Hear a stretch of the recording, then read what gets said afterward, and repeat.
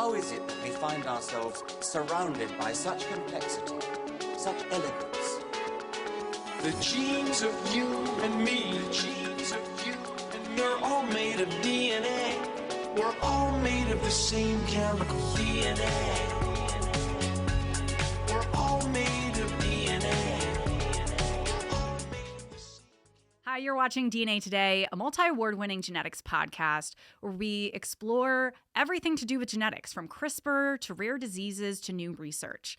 We have won the Science and Medicine Podcast Award for many years now. We have hundreds of episodes, and we really hope you enjoy these conversations where we dive into so many genetic concepts.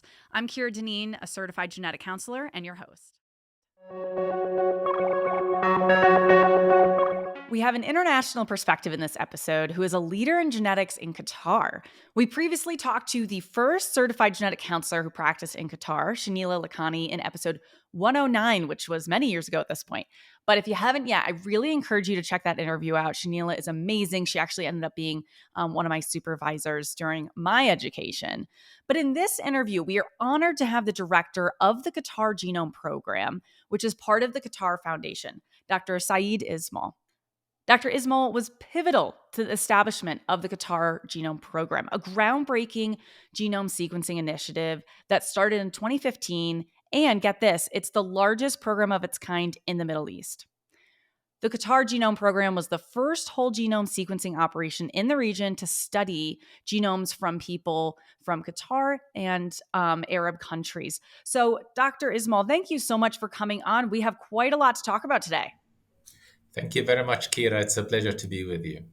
So I wanted to kind of start by obviously talking about the Qatar Genome Program and learning a little bit more of its significance in the context of genomic research in the Middle East. I mean, as I mentioned, it's the largest project of its kind in the Middle East to give people an awareness of just how significant this is. But provide us a little bit more information here.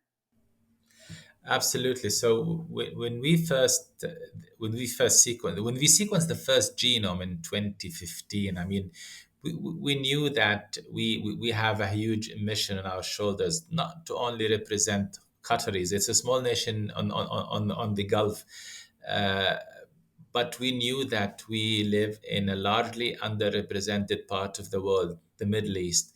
And we knew that we are basically laying the foundations of a lot of work to come. And we knew that what we do here has such great value, because you know how important it is to increase the diversity of genetic data being produced. And we all know that the vast majority of such data is basically for people of Caucasian, North European ancestry, and there's plenty to be discovered. There's plenty to be unveiled. I mean, if by studying such other populations, largely underrepresented populations. So, in that context, the Qatar Foundation launched this very ambitious project. In the vision was announced by Her Highness Sheikh Hamoza bin Nasser in 2013, end of 2013, beginning of 2014. The first genome was sequenced in 2015, and now we are at just over 45,000 whole genome sequenced there. A couple of years before we launched the Qatar Genome Project, Qatar also launched another ambitious project called the Qatar Biobank. And so we were not sequencing samples in vacuum. We were sequencing samples from the Qatar Biobank, where one of the most extensive phenotyping took place, and we also now are linking this huge data set to electronic medical records. So in that sense, I'm telling you, we have one of the biggest health-related data sets related to the Middle Eastern populations. Whole genome sequencing at 30x, very rich phenotypic data from the Qatar Biobank, and access to electronic medical records for a largely, as I said, underrepresented population. It's really impressive just how many you said 45,000, I think you said. And Yes. that's just in, just shy of 10 years. So that is just mind boggling that you've been able to sequence these genomes at 30x, as you said. So a lot of, depth there in coverage and just how much information you're able to glean from this. We're going to dive into a little bit more. But I mean, as the director of the Qatar Genome Program, what inspired you to join such a groundbreaking genome sequencing initiative? Because obviously this is so important. And I also wanted to pull out something else that you said that we've talked about a lot on this show, is that a lot of the context for how genetics started in terms of sequencing, once we got to that point in genetics genomics, it was based a lot on European genomes. And we've talked about how that really creates so many downstream effects of disparity, because people that do not have more European ancestry don't have that database to look at certain variants and everything. So, did this play a role at all in terms of inspiring you to really join this initiative? Absolutely. I mean, when I received the invitation to be part of the small team, then just a handful of people planning the establishment of the Qatar Genome Project, I didn't think twice. I've seen I could foresee the potential of such a huge initiative, a very ambitious one, and the impact on the not only the research landscape in the Middle East, but also the future clinical implementation, and how impactful that would be, not only, as I said, on the research side, but actually uh, changing the course of future clinical healthcare in the region. I am sure no one will do it for you if you don't uh, produce enough data on behalf of your population here. I mean, it's not going to happen. It doesn't travel well if you just go and study or work on data produced on Northern Europeans or Far Eastern, Asians.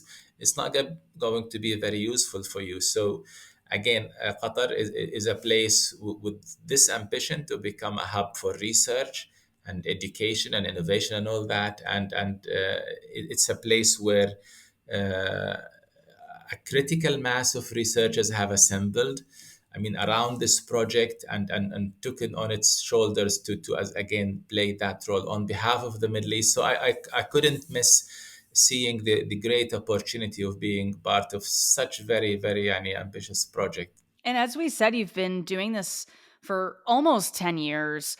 What are some key insights or discoveries that have started to emerge from this initiative and all of this data? Or are you still at the point of just collecting the data and haven't analyzed too much? Because again, it's a lot of data to be sorting through. So there's stages to this. Absolutely. I mean, we already started analyzing, and we do it, if you wish, let me call it in waves. We've analyzed the first 6,000 genomes, and then we released 15K. And in the coming couple of months, we are going to release 30,000 whole genomes. I mean, with the related, of course, phenotypic and data. We don't wait till we collect the 100K. That's our overall target, 100,000 whole genomes. But every year or two, we have this release where we make the data we produced available for researchers to mine and come up with very useful discoveries. And if I'm just to throw some of these insights we've had from the first wave of such papers that were published in high impact journals.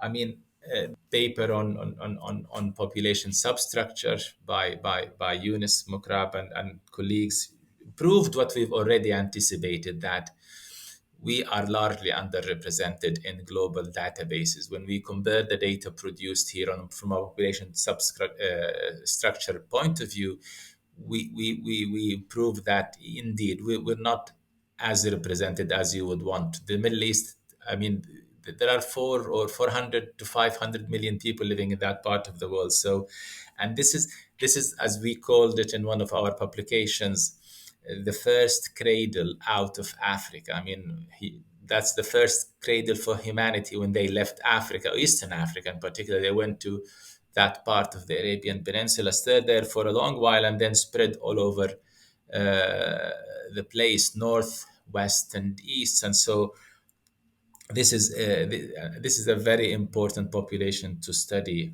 and the results, we have so many of those, and the publications are coming every now and then to tell that this exercise was very useful. For example, we there was no GWASs on behalf of this population, the Middle East, so far. I mean, the, there's a paper that just came out a couple of months ago saying that out of all GWAS studies performed on Middle Eastern populations, uh, 96.2 of participants or genomes came from our study, the Qatar Genome Project. Wow. 3.8 came from all other studies around the region. So this is really important, and of course there are so many other very important insights that we got. For example, 2.3 of our population carry a pathogenic or likely pathogenic variant of in one of those ACMG genes.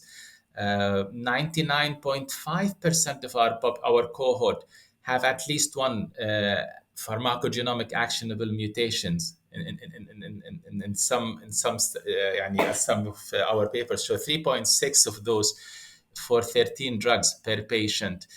Uh, and familial cancers, there's a very important paper that came out by Lutfi Shoshan, one of our PIs, that basically described the landscape of all familial cancer causing mutations in our population, and that was so important that even Lancet Oncology gave us the cover.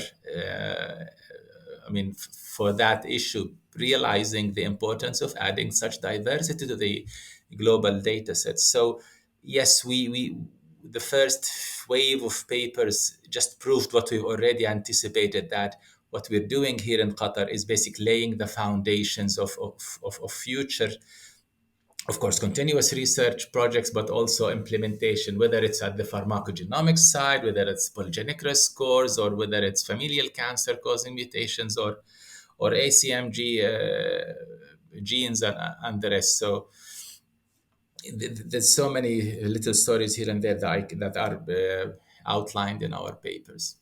Yeah, it just impacts so much in so many different areas of healthcare. I love just how many examples you were able to give in that.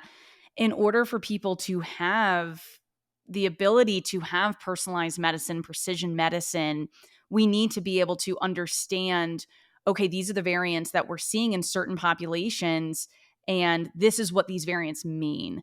Because I think a good example, you were kind of talking about the cancer space a little bit, of in the BRCA genes 1 and 2 were some of the first, that's why they're called BRCA, breast cancer, the first identified to be like, okay, if there is a pathogenic variant there, it's going to increase someone's risk for cancer. And the three variants that we are most familiar with are very common in the Ashkenazi Jewish population. But what about for people that have ancestry from Qatar and these other areas in the Middle East that we don't necessarily have that data, but now we are starting to have this data because of you and your colleagues. So I think that's just so important, because before this, I imagine a lot of people, if they were doing genetic testing, would have these results and say, okay, well, we didn't find any pathogenic variants, but that very well could be they found something called a variant of uncertain significance, but they weren't able to say, oh, well, actually, this is a pathogenic variant, because there wasn't any data to back that up. So that is just huge. The downstream effects to this is just, and that's just cancer. You're talking about Absolutely. Absolutely. pharmacogenomics. And I think I'm coming from the prenatal area of carrier screening and in so many different areas. And this is just so important. I think one question I have with this is, how have you been able to get to 45,000 genomes? What is the process of being able to have samples from people, get their consent, and then, start processing this? Because this is a huge undertaking. Yeah, absolutely. So the vision at when Qatar Genome was launched is to basically in the first couple of years to be incubated basically within the Qatar Biobank, and then continue to work very closely together. And the Qatar Biobank has got the population trust in a way. So let me tell you that this very interesting initiative that was launched in 2012 started to with modest starts, few participants here and there, and but at one stage they were doing such a good job that there was, I think, at least 5,000 participants on their waiting lists, relying only on a word of mouth, and Wow. they stopped even marketing for that. So the way they did it at Qatar Biobank is that they first did make it. They did give something back to the participant. The participant would sign a a consent form that will say that, for example, for genomic data, I don't have to, as Qatar Genome, give them back anything, but we were proactively trying to pay back for them. And for example, with, you just mentioned the BRCA1, we sat together at one stage a couple of years ago and said, we know that there are dozens of ladies in our cohort who do carry that mutation, and we have to do something about that. Although our consent does not oblige us to do so, but we proactively sort of designed a workflow whereby we can call those at risk of being carriers of BRCA1 or 2, reconsent them, and then confirm the result in a CAB accredited lab. And then if it was if it was really there, we would just channel them through the right clinical pathway within the healthcare system. That was the latest example of how the us, the Qatar Genome and Qatar Biobank, sort of gained the trust of the population. In other examples, I can tell you that many of those participants were referred to different sorts of all sorts of clinics within the healthcare system, because we work very closely with the main healthcare provider, Hamad Medical Corporation, for all sorts, for diabetes, for bone density issues and osteoporosis and all that. And little by little, they, this just word of mouth and the good treatment they get when they spend 3 hours, by the way, at the biobank, very extensive data collection, but apparently the treatment they get there and what they get after the visit from the reports, the counseling, the referral mechanisms we have there, meant that we do have their support, and we got to that number 45,000. And I think now we're shifting gears from being just sequencing, or mainly sequencing our population cohort, into more disease cohorts. I think we've now sort of reaching the point where we've sequenced enough individuals to basically know exactly, or capture most of the landscape of variants that are there here in this population, and think it's about time to focus more on national priority diseases, as we call them here. Yeah, it's very exciting just how much you've been able to progress in these years. And I love your example with the BRCA of saying, okay, we can actually look at this and then also then confirm that finding, because what you're doing is more of like on the research side of doing this genomic sequencing. But if you find a variant, you're saying that you also then confirm that again. It was a very pleasant surprise, by the way, that we've had almost 100% concordance between the result from that research environment whole genome sequencing result and that CAB accredited targeted sequencing. So that exercise gave us some very important information, which is that our research level sequencing is really good enough. Yeah, that your research level really is kind of clinical level in terms of having 100%. That means Yeah. that of the variants you found, when you went to confirm that, it 100% of the time, every time, confirmed it. So that is definitely reassuring of looking at that and seeing that it's very accurate. And how empowering that so many people are interested in this, and that you said it's mostly word of mouth. I mean, that is just incredible. Are there certain things that you hear from people in terms of why they want to be part of this? Is it mostly to be contributing in terms of like contributing to research in the community? Or do you find it's a lot of people that are more prioritizing, well, I can learn information about myself and my family? It's both. We actually conducted a survey, a national level survey, to confirm what we felt when we interacted with all those participants. And the results of those surveys actually confirmed both what you've just very well articulated here. A good majority of them are very much interested in donating samples for research purposes, even knowing that they wouldn't get everything that is there within their genomes. And actually, in those surveys, when asked, and it's a very long survey with so many questions they were asked, but the last one was, "Are you just willing to donate a sample for something called Qatar Genome Project?" And that would your data would be available for researchers, of course, de-identified. But any research or any outcomes that will be of clinical importance might take so many years. And 71% said yes, even if that is a long path ahead. And even if I wouldn't have an immediate benefit from that, I am still willing to donate that sample, which was very empowering. And the other thing is because of the few referrals that we do within the Qatar Genome Qatar Biobank, for some of them it was a checkup. Basically it was a medical checkup. They would go there and get VIP treatment and get 66 blood markers, ECG, retinal imaging, and recently, sometimes for some of them, full body MRI. So, and in many cases, there are established referral mechanisms from that biobank to the healthcare system within Qatar. It's a small country with the state-of-the-art healthcare system, so this is also very helpful. It's not like you're in a huge country with scattered healthcare services. So this is one advantage we have here in Qatar. Yeah, I can see that that's an advantage in the sense that you already have that pathway set up of, okay, when this happens and we find a variant, we're then going to confirm that. And then let's say, going with our cancer example, then they'd be referred to a cancer specialist, an oncologist, and other team members there. But one question I have with all that is, I mean, as I mentioned at the top of the show, a few years ago, we had Shenela Lakhani on, who I don't know if you personally know Of her. course, yes, I do. Okay, I figured it's a small field, Yes. right, out there. So, Yes. I mean, even in the US, I feel like it's a small field.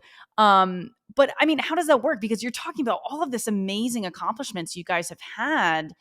I can't stop saying it. 45,000 genomes, and you guys are looking at that 100,000 as your goal in the next, X amount of years or whatever.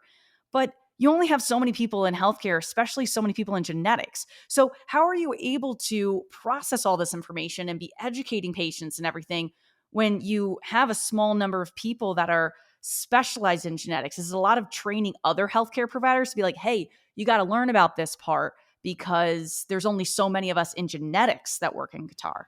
Spot on, Kira. So this is why early on, even before sequencing the first genome in the 2014 and 2015, we knew that once we start producing that much of that big data set, we need people to be able to digest it first on the research level, and then people who are capable of translating these discoveries and outcomes and results into clinical practices.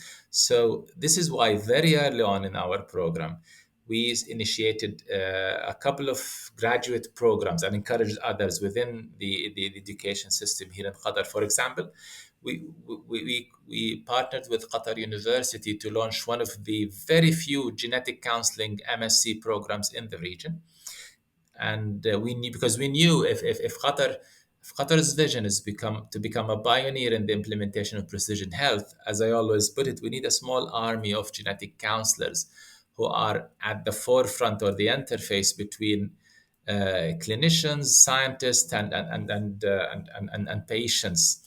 So we started also another graduate program, an MSc PhD, in partnership with HBKU, Hamad bin Khalifa University, in genomic and precision medicine, with different tracks focusing on all sorts of different subspecialties that would basically provide the workforce, the people who will be able to digest the data we produce. And the bigger the data, of course, the more we need and of course, we've opened it up for international collaborations. We have a good critical mass of researchers here in Qatar, geneticists, but we always encourage them to reach out to their international partners to work on the data.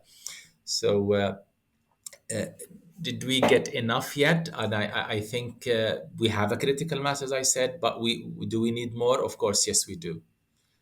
Yeah, that's so important just to be able to work with other people internationally, because it all comes down to there are people that are from Qatar that then live in other countries and are going to get healthcare and going to do genetic testing. So throughout the world, we need to have these data banks and share data from my perspective so that we can have this robust database so that when we do genetic testing, we are then pulling and comparing it to a huge database. Because as you've been saying, you've kind of reached this critical mass, which is important, but the more data, the better, because then it's really much more informed. If you do a survey of 10 people, that's not going to be as reflective of the population as if you do a survey of 1 million people, right? So it's kind of looking at those kind of numbers. And one thing I was thinking about before our conversation today, and I did a little bit of research. I read a 2013 study that I'll link in the show notes, as well as the studies that you mentioned, Dr. Ismail, but that in Qatar, the prevalence of consanguineous marriages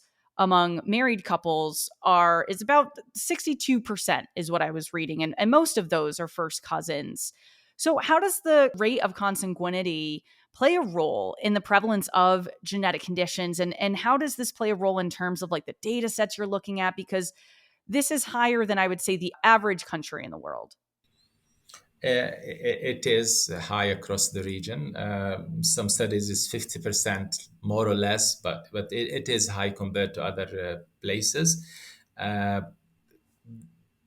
this would mean that we have a chance here for some breakthrough discoveries when it comes to rare disease, and we've realized that potential. And this is why some of our researchers here in the research ecosystem here in Qatar are focusing on that. And in collaboration with our partners at Sidra Medicine. Sidra Medicine is one of those big tertiary centers focusing on childhood disorders, and they have a good research arm looking into that. So we do realize that the cohort we have here could be very useful, not only for Qatar and the region, but also globally, because you have a higher concentration of such mutations or variants that are related to those rare diseases. So we do have a very strong interest in rare disease research to basically build on that.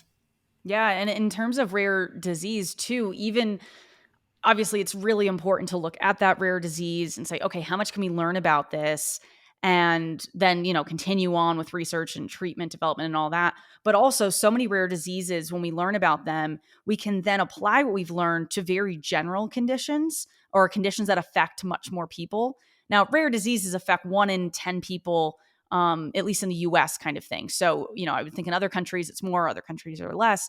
So even just within rare diseases is important. But for some people that are like, well, rare diseases, any one rare disease doesn't affect that many people, which, I'd argue on that point in terms of the importance of it.